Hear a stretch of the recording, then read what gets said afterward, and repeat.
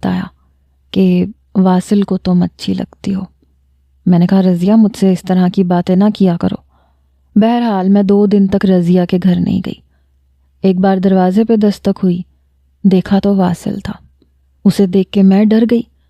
کہنے لگا آپ رضیہ کے گھر کیوں نہیں آئیں؟ مجھے آپ بہت اچھی لگتی ہیں۔ 2 دن سے آپ نہیں آئیں، 2 دن سے میں بے چین ہوں۔ اس کی اس طرح کی بات پہ میں گھبرا گئی۔ پھر انور کا بھی ڈر تھا۔ کہنے لگا آج ضرور آئیے گا، لیکن میں نہیں گئی۔ اگلے روز رضیہ مجھے لے کے گئی۔ پہلے تو میرے ساتھ کمرے میں بیٹھی باتیں کرتی رہی، پھر چائے کا بہانہ بنا کے اٹھ کے چلی گئی۔ تبھی واصل کمرے میں آیا، کہنے لگا مہر بانو آپ مجھے بہت اچھی لگتی ہیں۔ میں نے کہا میں کسی کی منگیتر ہوں؟ کہنے لگا ہاں دیکھا ہے میں نے اسے، بہت بدماش بہت بدتمیز ہے وہ۔ آپ بہت اچھی ہیں، اس لیے اس کے ساتھ شادی مت کیجیے گا۔ میں نے کہا وہ میری شادی کہیں اور ہونے نہیں دے گا۔ واصل کہنے لگا ایسے کیسے نہیں ہونے دے گا؟ میں دیکھتا ہوں مجھے کون روکتا ہے۔ میں جلد ہی اپنی اماں کو آپ کے گھر بھیجوں گا رشتے کے لیے۔ بہرحال باتوں کا سلسلہ بڑھنے لگا، مجھے بھی وہ اچھا لگنے لگا۔ رضیہ کی شادی ہوئی، وہ واپس چلا گیا اس وعدے کے ساتھ کہ جلد آئے گا۔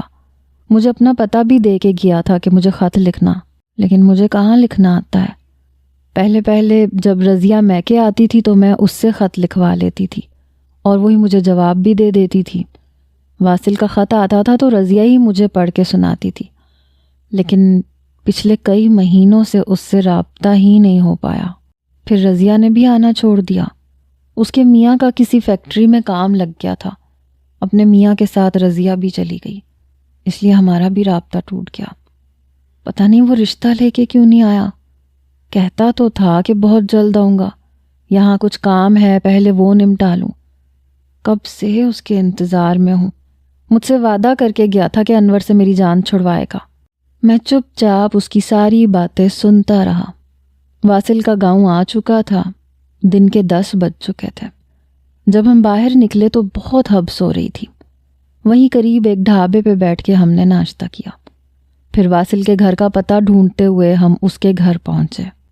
دروازے پہ دستک میں نے دی۔ اندر سے ایک نسوانی آواز سنائی دی، کون ہے؟ میں نے کہا دروازہ کھولیے۔ دروازہ ایک ادھیڑ عمر عورت نے کھولا۔ وہ شاید واصل کی ماں تھی۔